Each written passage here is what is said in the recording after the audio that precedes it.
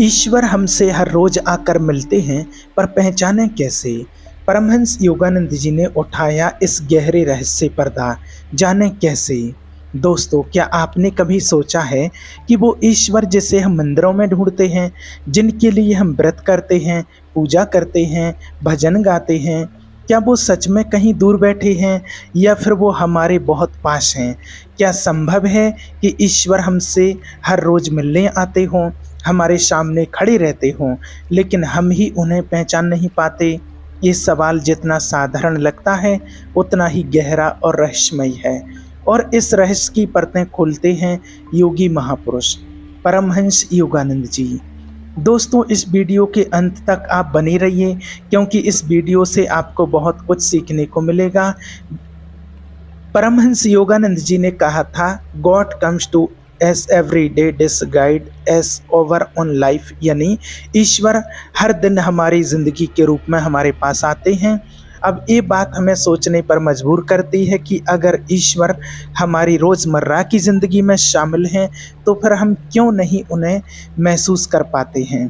असल में हमारी आँखें केवल वही देख पाती हैं जो बाहर है, लेकिन जो अदृश्य, जो सूक्ष्म है, उसे देखने के लिए आँखें नहीं, अंतरात्मा चाहिए। और यही अंतरात्मा धीरे धीरे तब जागती है जब हम भीतर उतरते हैं, जब हम खुद को समझना शुरू करते हैं।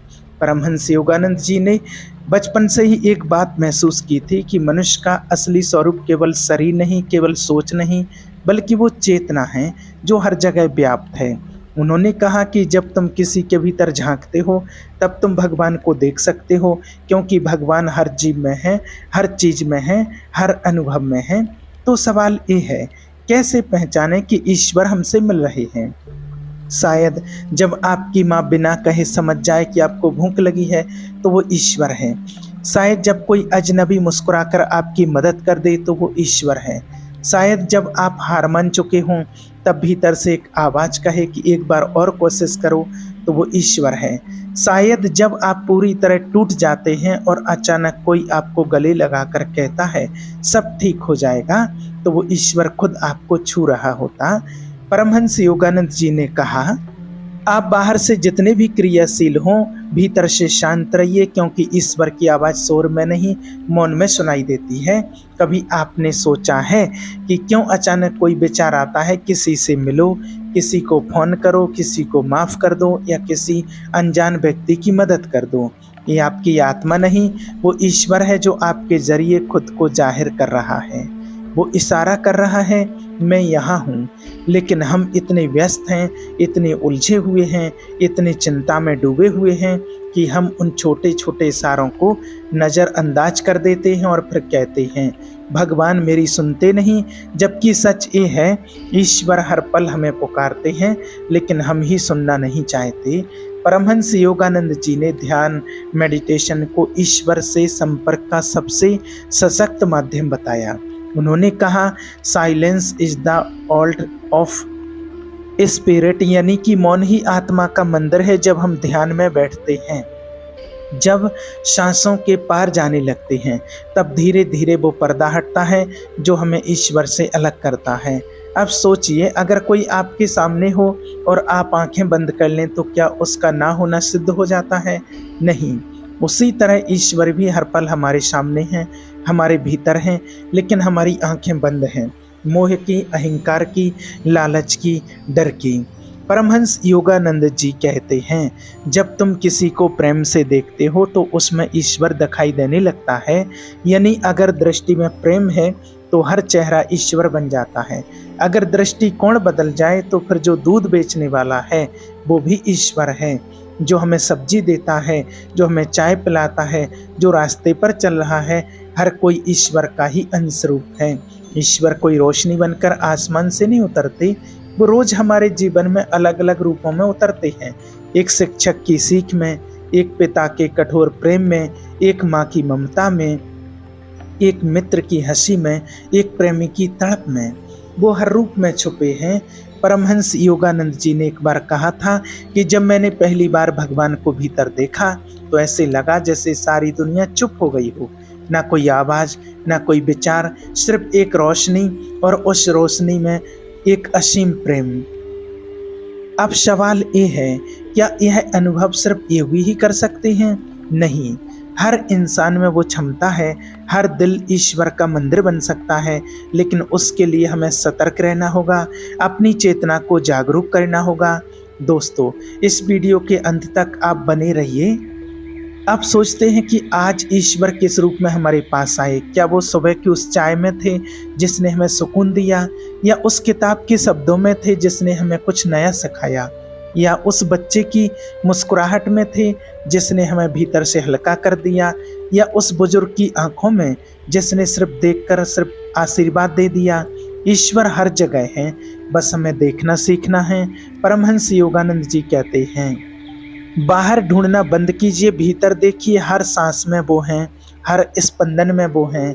अब सोचिए, जब आप अकेले होते हैं और अचानक कोई शांत संगीत आपके मन को छू लेता है, वो ईश्वर ही है जो कहता है, मैं तुम्हारे साथ हूँ। जब आप रास्ता भटक जाते हैं और कोई संकेत मिल जाता है, कोई इंसान रास्ता बता देता है, वो ईश्वर ही है जो कहता है, डर मत, मैं तेरे साथ हूँ। ईश्वर से मिलने के लिए किसी विशेष दिन का इंतजार मत कीजिए, वो हर पल मिलने आते हैं, बस पहचानने की क्षमता विकसित कीजिए।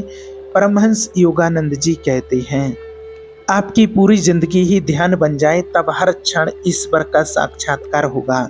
वो आपके काम में होंगे, आपकी बातचीत में, आपके रिश्तों में, आपकी खामोशी में। अगर आपको किसी ने माफ किया जब आपने उम्मीद छोड़ दी थी, वो ईश्वर है। अगर आपको किसी ने थामा जब पूरी दुनिया ने छोड़ दिया, वो ईश्वर है। अगर आपकी आंखों में आंसू थे और किसी ने बिना पूछे उन्हें पहुँच दिया, वो ईश्वर है। अगर आपने खुद को फिर से उठते हुए पाया जब आप पूरी तरह से हार चुके थे, तो यकीन मानिए ईश्वर ने आपको उठाया। ईश्वर किसी एक मूर्ति में सीमित नहीं है, वो तो जीवन की हर धड़कन में समाये हैं, वो कण कण में है, क्षण क्षण में है, बस हमें अपनी दृष्टि बदलनी है। परमहंस योगानंद जी कहते हैं, जब तुम प्रेम करते हो तो भगवान खुद तुम्हारे जरिए प्रेम करते हैं। तो प्रेम ही वो भाषा है जिससे ईश्वर को महसूस किया जा सकता है, और ध्यान वो पुल है जो हमें हमारी आत्मा से और आत्मा को परमात्मा से जोड़ता है। तो दोस्तों, आज से एक नई शुरुआत कीजिए। हर इंसान में ईश्वर को देखना शुरू कीजिए, हर अनुभव में उनका हाथ महसूस कीजिए। जब आप हंसते हैं, जब आप रोते हैं, जब आप चलते हैं, गिरते हैं, उठते हैं, हर जगह हर भावना में ईश्वर है। वो हमसे रोज मिलते हैं, हर सुबह की किरण बनकर, हर रात की शांति बनकर, हर आवाज़ की खामोशी बनकर, हर मुस्कुराहट की गहराई बनकर। परमहंस योगानंद जी की बात हमेशा याद रखिए, ईश्वर को किसी मंदिर या आसमान में नहीं, बल्कि अपने हृदय में, अपनी सांसों में, अपने कर्मों में ढूंढना शुरू करें, क्योंकि सच यही है, ईश्वर हमसे हर रोज मिलते हैं। पर पहचानने के लिए हमें अपने मन को शांत और दिल को खुला रखना होता है। अब सवाल ये उठता है कि अगर ईश्वर सच में हर रोज़ हमसे मिलने आते हैं, तो क्या हम सच में उनसे मिलने के लिए तैयार हैं? क्या हम अपने जीवन को, अपने मन को, अपने हृदय को इतना साफ और सजग बना पाए हैं कि जब वो हमारे सामने आए तो हम उन्हें पहचान सकें? अक्सर हम सोचते हैं कि ईश्वर किसी चमत्कार की तरह प्रकट होंगे, कोई दिव्य प्रकाश दिखेगा, कोई आकाश से आवाज़ आएगी। लेकिन परमहंस योगानंद जी कहते हैं कि ईश्वर चमत्कार नहीं, साधारणता में छिपे होते हैं। वो हमारी उस माँ की तरह हैं जो बिना कुछ कहे हमें रोटी बना देती है। वो उस पिता की तरह हैं जो खुद तकलीफ़ें सहकर हमें पढ़ाते हैं। वो उस दोस्त की तरह हैं जो बिना बुझे हमारे दिल को समझ लेते हैं। लेकिन हम अपनी व्यस्तता, अपने तनाव, अपनी लालच और अपने घमंड में इतने उलझे रहते हैं कि हमें वो छोटे छोटे क्षण दिखाई ही नहीं देते जिनमें ईश्वर हमसे मिल चुके होते हैं। परमहंस योगानंद जी कहते हैं कि जब तुम भीतर की ओर यात्रा करते हो, जब तुम्हारा ध्यान बाहर की आवाज़ों से हटकर भीतर की खामोशी पर टिकता है, तब तुम्हें एहसास होता है कि कोई है जो हमेशा से तुम्हारे साथ था। वो कोई अलग नहीं, बल्कि वही ईश्वर है जिसे तुम मंदिरों में ढूंढ रहे थे। वो तुम्हारी आत्मा में बैठा है, तुम्हारी हर सांस के साथ बह रहा है, हर धड़कन में गूंज रहा है।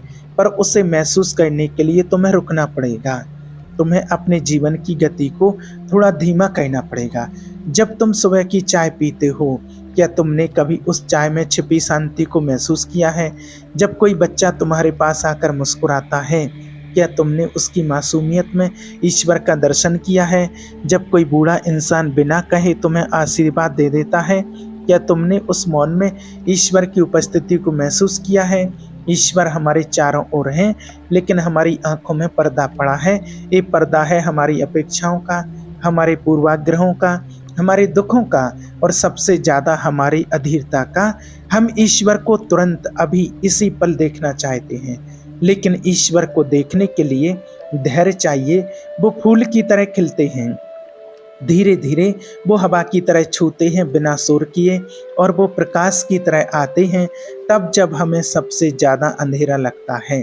कभी कभी हमें लगता है कि हम अकेले हैं, कोई नहीं है जो हमें समझता है, सुनता है।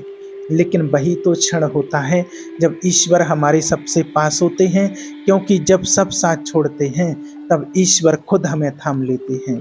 ध्यान, सेवा, मौन और प्रेम, ये वो रास्ते हैं जो हमें ईश्वर के करीब ले जाते हैं। ध्यान हमें भीतर झांकने की ताकत देता है, सेवा हमें दूसरों में ईश्वर को देखने का दृष्टिकोण देता है, मौन हमें बाहरी शोर से अलग करके भीतर की आवाज़ सुनने का अवसर देता है, और प्रेम हमें उस दिव्यता से जोड़ता है जो हर इंसान में बसती है। अगर आप ध्यान से किसी को देखते हैं तो आप महसूस करेंगे कि उसकी आंखों के पीछे कोई और देख रहा है, वही ईश्वर है। जब कोई इंसान बिना कारण आपके लिए कुछ अच्छा कर देता है तो समझिए कि ईश्वर उसी के माध्यम से आप तक पहुंच रहे हैं। जब आप खुद किसी को माफ कर देते हैं बिना बदले की भावना के, तब भी ईश्वर आपकी आत्मा से होकर बोल रहे होते हैं। कई बार ईश्वर हमें दुख देकर अपने पास बुलाते हैं। वो चाहते हैं कि हम टूटें, बिखरें, ताकि हम अपने अहंकार की दीवारों को गिरा दें और सीधे उनके चरणों में आ गिरें। वो चाहते हैं कि हम इतने खाली हो जाएं कि उनके लिए जगह बन जाए। जब हमारी आंखों से आंसू बहते हैं और कोई हमें थामता नहीं, तब वो आंसू खुद ईश्वर की उपस्थिति बन जाते हैं। जब हम थक हार कर बैठ जाते हैं और कोई हमें नहीं उठाता, तब भीतर से जो हिम्मत उठती है वो भी उन्हीं की कृपा होती है। ईश्वर हमेशा बाहर से नहीं, कई बार भीतर से मिलते हैं, उस आत्म बल के रूप में, उस अंतर्दृष्टि के रूप में, उस चुपचाप चलती सांस के रूप में जो कहती है मैं तेरे साथ हूँ। हम अक्सर सोचते हैं कि हमें ईश्वर तभी मिलेंगे जब हम बहुत तपस्या करेंगे, बहुत पूजा करेंगे, व्रत करेंगे, मंदिर जाएंगे, तीर्थ यात्रा करेंगे। लेकिन सच्चाई ये है कि ईश्वर बहुत साधारण है। वो उस रोटी में है जो माँ ने प्रेम से बनाई है, वो उस पानी में है जो किसी प्यासे को पिलाया गया, वो उस छाँव में है जो किसी थके हुए को आराम देती है। अगर आप सच में ईश्वर को पहचानना चाहते हैं तो अपने रोज के अनुभवों में उन्हें ढूंढना शुरू कीजिए। कोई बात दिल को छू जाए, कोई गीत आत्मा में उतर जाए, कोई दृश्य आंखों में ठहर जाए, तो समझिए कि ईश्वर अभी अभी आपसे मिलकर गए हैं। परमहंस योगानंद जी कहते हैं कि हर व्यक्ति, हर परिस्थिति, हर अनुभव एक संदेश वाहक है। वो ईश्वर का भेजा हुआ संदेश है जो आपको कुछ सिखाना चाहता है, कुछ समझाना चाहता है, कुछ दिखाना चाहता है। हमें बस अपना दिल खोलना है, अपनी चेतना को सतर्क रखना है और अपने कर्मों को पवित्र बनाना है। जब हम दूसरों के लिए कुछ बिना स्वार्थ के करते हैं तब हम ईश्वर के साथ होते हैं। जब हम झूठ से दूर रहते हैं, जब हम किसी को चोट नहीं पहुंचाते, जब हम किसी का हाथ थामते हैं, तब हम ईश्वर के रास्ते पर होते हैं। ईश्वर को देखने की प्रक्रिया कोई अचानक होने वाली घटना नहीं है, एक यात्रा है, धीमी, गहरी और बहुत ही सुंदर। ये यात्रा तब शुरू होती है जब हम ये मान लेते हैं कि हमें कुछ समझ नहीं आता, कि हम कुछ नहीं जानते। जब हम कुछ नहीं जानते, जब हम अपने भीतर की सारी गंदगी, सारी जिद, सारे डर, सारे अहंकार को धो देते हैं, तब ईश्वर एक स्वच्छ शीशे की तरह हमें दिखने लगते हैं। वो हमारे विचारों में चमकने लगते हैं, हमारी बातों में गूंजने लगते हैं और हमारे कर्मों में झलकने लगते हैं। तब हर चेहरा ईश्वर जैसा लगने लगता है, हर आवाज़ मंत्र जैसी बन जाती है और हर क्षण एक तीर्थ बन जाता है। कभी कभी ईश्वर कोई विशेष रूप लेकर भी आते हैं, एक बच्चा, एक भिखारी, एक पालतू जानवर या एक बुजुर्ग महिला के रूप में। लेकिन हम उन्हें पहचान नहीं पाते क्योंकि हमने ईश्वर की एक छवि बना रखी है। हम सोचते हैं कि ईश्वर मतलब कोई तेज प्रकाश, कोई दिव्य आकृति, कोई मंत्रोच्चार वाला वातावरण। लेकिन अगर हम अपना दिल खोलें और एक नई दृष्टि विकसित करें तो हमें हर जगह ईश्वर ही दिखाई देंगे। फिर ना कोई छोटा होगा, ना बड़ा, ना कोई अजनबी होगा, ना कोई अपना। सब एक जैसे होंगे क्योंकि सब में वही एक सत्ता समाई हुई है। आज जब आप अपने दिन की शुरुआत करें तो कुछ पल रुकिए, अपनी आंखें बंद कीजिए, अपने भीतर झांकिए, अपने आप से पूछिए, क्या आज मैं ईश्वर को पहचानने के लिए तैयार हूँ? क्या मैं उनके संकेतों को पढ़ने के लिए खुला हूँ? क्या मैं उनकी मौन उपस्थिति को महसूस कर सकता हूँ? क्योंकि अगर आपका उत्तर हाँ है तो यकीन मानिए आज वो फिर आएंगे, किसी के स्पर्श में, किसी की मुस्कान में, किसी की चुप्पी में, किसी की मदद में, और आप उन्हें देख भी पाएंगे, पहचान भी पाएंगे। क्योंकि अंततः ईश्वर ना कहीं दूर हैं, ना छुपे हुए हैं, वो तो हर पल हमारे जीवन के माध्यम से हमसे मिलते हैं। सवाल बस इतना है, क्या हम देखने के लिए तैयार हैं? दुनिया कभी भी तुम्हारी कमजोरियों को नज़रअंदाज नहीं करती, बल्कि उसे ही तुम्हारे खिलाफ हथियार बना देती है। इसलिए कभी अपने टूटे हिस्सों को लोगों के सामने मत रखो। सबको दिखाओ कि तुम संभल चुके हो, चाहे अंदर से कुछ भी चल रहा हो। लोग सलाह देंगे, ताने मारेंगे, लेकिन कोई तुम्हारे लिए रात में जाकर नहीं रोएगा।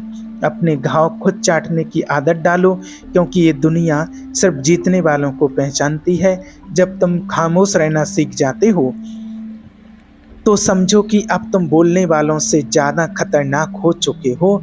तुम्हारी चुप्पी लोगों को डराने लगती है, क्योंकि अब तुम जवाब नहीं दे रहे, तुम सब्र कर रहे हो, और सब्र जब जवाब देता है तो खामोशी से तबाही लाता है। इसीलिए अब वक्त आ गया है कि लोगों को शब्दों से नहीं, कामयाबी से जवाब दो। कभी किसी से इस उम्मीद से मत जुड़ो कि वो तुम्हारे अकेलेपन को भर देगा, क्योंकि जो खुद खाली है वो तुम्हें क्या देगा। खुद को भरना सीखो, खुद से प्यार करना सीखो। जब तुम खुद को अपनाना शुरू कर दोगे तब ये दुनिया तुम्हारी इज्जत करने लगेगी। तुम अगर खुद की कदर नहीं करोगे तो ये दुनिया तुम्हें हर मोड़ पर गिरा देगी। रिश्ते निभाने का जमाना नहीं रहा, अब तो बस लोग साथ चलने के लिए किसी को ढूंढते हैं, और जैसे ही रास्ता थोड़ा मुश्किल होता है वो तुम्हें छोड़कर निकल जाते हैं। ऐसे लोगों के लिए दिल मत दुखाओ। जो साथ चला हो वही साथी होता है, जो बीच रास्ते छोड़ दे वो सिर्फ किरदार होता है तुम्हारी कहानी का। और किरदारों को कहानी में जगह दो, दिल में नहीं। जिस दिन तुमने खुद को साबित करने की ज़रूरत महसूस करना बंद कर दिया, उसी दिन से तुम्हारी असली ज़िंदगी शुरू होती है। ये दुनिया तुम्हारे झुकने से नहीं, तुम्हारे उठने से डरती है, और जो डरते हैं वही तुम्हें रोकने की कोशिश करते हैं। इसलिए अब मत रुकना, मत झुकना, बस चलना है, चाहे रास्ता कितना भी कठिन क्यों ना हो। पुराने समय की बात है, जब मगध की सत्ता पर राजा घनानंद राज कर रहा था। उसके पास सब कुछ था, पावर, वेल्थ, आर्मी और ईगो। वो इतना घमंडी हो गया था कि खुद को भगवान समझने लगा था। उसका दरबार सोने से चमकता था, लेकिन वहाँ इंसान की कोई कीमत नहीं थी। और तब उसकी ज़िंदगी में आया एक आम सा दिखने वाला लेकिन दिमाग से खतरनाक इंसान चाणक्य। एक ऐसा आदमी जो न तलवार चलाता था, न सत्ता के आगे झुकता था। जब चाणक्य अपने विचार लेकर घनानंद के दरबार में पहुंचा तो वहां उसका अपमान किया गया, उसे नीचा दिखाया गया, बाल पकड़े गए और दरबार से बाल पकड़कर धक्का देकर बाहर फेंक दिया गया। लेकिन चाणक्य ने उस दिन कोई गुस्सा नहीं दिखाया, उसने बदले की धमकी नहीं दी, वो बस चुप रहा। मगर अंदर ही अंदर उसने एक डिसीजन ले लिया था। उसने अपने गिरे हुए बालों को उठाया और कहा, जब तक इस गद्दी को मिटा ना दूं तब तक अपने बाल नहीं बांधूंगा। ये उसकी चुप्पी नहीं थी, ये उसकी सबसे बड़ी रणनीति थी। वो जानता था कि किसी राजा को हराने के लिए तलवार की नहीं, दिमाग की ज़रूरत होती है। और यहीं से शुरू हुआ भारत के इतिहास का सबसे खतरनाक साइलेंट वॉर। चाणक्य जंगलों में भटका, गांव-गांव गया और फिर उससे मिला उसे मिला एक लड़का, एक साधारण गरीब लेकिन निडर बालक, चंद्रगुप्त मौर्य। उस वक्त लोगों ने उसका मजाक उड़ाया, सब बोले ये बच्चा क्या सम्राट बनेगा। लेकिन चाणक्य ने कहा सम्राट पैदा नहीं होते बनाए जाते हैं और मैं इसे बनाऊंगा। और वहीं से शुरू हुआ एक ऐसा ट्रेनिंग जो सिर्फ तलवारबाजी नहीं, डिप्लोमेसी, पॉलिटिक्स और साइकोलॉजिकल वॉरफेयर सिखाता था। चाणक्य ने कभी सामने से हमला नहीं किया, उन्होंने लोगों के दिमाग में सवाल बोए। घनानंद इतना सोना जमा क्यों कर रहा है, जनता भूखी क्यों है, कर बढ़ते जा रहे हैं और राजा ऐश कर रहा है। धीरे धीरे उसने लोगों को घनानंद के खिलाफ खड़ा कर दिया। बिना एक तीर चलाए उसने जनता की सोच बदल दी, और सोच जब बदलती है तो सत्ता हिल जाती है। वहीं दूसरी ओर चंद्रगुप्त को रियासतों पर राज्य करना सिखाया गया। छोटी छोटी लड़ाइयों में जीत दिलाई गई ताकि अनुभव और आत्मविश्वास दोनों मिलते जाएं। घनानंद को तब तक पता ही नहीं चला कि उसके खिलाफ जो जंग छिड़ चुकी है वो खामोशी से लड़ी जा रही है। वो समझ नहीं पाया कि उसका असली दुश्मन कोई राजा नहीं, कोई सेना नहीं, बल्कि एक सोचा समझा दिमाग है। The real mastermind Chanakya. आखिरकार वो दिन भी आया जब चंद्रगुप्त ने मगध की सीमाओं को लांघा और महल के दरवाजे तक पहुंच गया। और तब भी चाणक्य युद्ध में नहीं गया। वो दूर बैठकर मुस्कुरा रहा था, क्योंकि उसका मिशन ऑलमोस्ट कंप्लीट हो चुका था। जैसे ही युद्ध खत्म हुआ, घनानंद मारा गया, गद्दी चंद्रगुप्त के हाथों में आई और चाणक्य ने अपने बाल बांधे। वो बाल जो अपमान के दिन खुले थे, आज विजय की सुबह बांधे गए। इस कहानी की सबसे बड़ी सीख यही है कि चाणक्य ने कोई तलवार नहीं उठाई, फिर भी सबसे बड़ी गद्दी हिला दी। ये थी उसकी सबसे खतरनाक नीति। शत्रु को अपने क्रोध से नहीं, उसकी सोच से हराओ। उसे उसकी गलती में ऐसा उलझाओ कि वो खुद ही हार मान जाए। उसने कभी लाउड नहीं बोला, सिर्फ स्मार्टली सोचा और पेशेंटली एग्जीक्यूट किया। आज भी अगर कोई हमें नीचा दिखाए तो जवाब गुस्से में नहीं, स्ट्रेटजी में होना चाहिए। क्योंकि आखिरी जीत उसी की होती है जो सोच के साथ चलता है, शोर के साथ नहीं। बोलना सबको आता है, मगर किसी के दर्द को सुनना बहुत कम लोगों को आता है। वक्त सबका आता है, बस सबका वक्त अलग होता है। आज जो तुम्हारा मजाक बना रहे हैं, कल वही तुम्हारी कहानी सुनाया करेंगे। रिश्ते वो नहीं जो दिखते हैं, रिश्ते वो हैं जो वक्त पर साथ खड़े हों। जो लोग तुम्हें सही सलाह देते हैं वो तुम्हारे अपने होते हैं, बाकी तो सिर्फ हाँ में हाँ मिलाते हैं ताकि तुम गिरो और उन्हें कहने का मौका मिले। जो तुम्हारी मेहनत की तारीफ करता है वो तुम्हारे साथ है, बाकी सब तुम्हारी हार का इंतजार करते हैं। जिंदगी में सबसे अच्छा रिश्ता वो होता है जो शब्दों से नहीं, समझ से जुड़ा हो। जो लोग तुम्हें तकलीफ देकर चैन से सो जाते हैं, उन्हें तुम्हारी फिक्र नहीं। अगर कोई बार बार तुम्हें नीचा दिखाता है तो वो तुम्हारा नहीं। हर किसी को अपनी सफाई मत दो, क्योंकि जो तुमसे प्यार करता है उसे सफाई की ज़रूरत नहीं, और जो नफरत करता है वो मानने वाला नहीं। कभी कभी चुप रहना ही सबसे बड़ा जवाब होता है। कभी किसी से इतना भी मत जुड़ो कि वो तुम्हारे लिए ज़रूरत से ज़्यादा खास बन जाए। ज़्यादा उम्मीदें हमेशा ज़्यादा तकलीफ देती हैं। सिर्फ बोलना ही नहीं, सुनना भी सीखो, क्योंकि हर कोई सिर्फ अपनी सुनाने आता है। जिस दिन तुमने अपनी कीमत पहचान ली, उस दिन से लोग तुम्हें बेचना बंद कर देंगे। दुनिया का नियम है, जो चुप रहता है उसे कमज़ोर समझा जाता है, और जो बोलता है उसे बदतमीज़ कहा जाता है। इसलिए खुद को किसी के हिसाब से मत ढालो, जैसे हो वैसे रहो। क्योंकि सच्चाई देर से समझ आती है, मगर असर गहरा छोड़ती है। कभी कभी तुम्हें अपने ही लोग अजनबी लगने लगते हैं, क्योंकि उन्होंने चेहरे बदल लिए होते हैं और तुम दिल से जुड़े रहते हो। खुद को मजबूत बनाओ, ताकि कल जब तुम्हें कोई छोड़ दे तो तुम टूटो नहीं, बल्कि मुस्कुराकर कह सको, शुक्रिया, तूने मुझे खुद से मिलवाया। रिश्ते वही अच्छे होते हैं जिनमें सॉरी और थैंक यू से ज़्यादा चल कोई बात नहीं चलता है। कभी खुद के लिए भी जियो, वरना पूरी ज़िंदगी दूसरों को खुश करते करते थक जाओगे।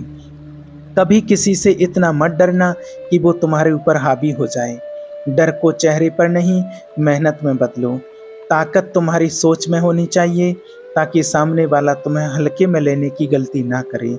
अगर आप कोई वीडियो पसंद आई हो तो वीडियो को लाइक ज़रूर करें और हमारे चैनल श्री कृष्णा फैमिली को सब्सक्राइब ज़रूर करें ताकि आप हमारे हर वीडियो को देख सकें। आप सभी का बहुत बहुत धन्यवाद।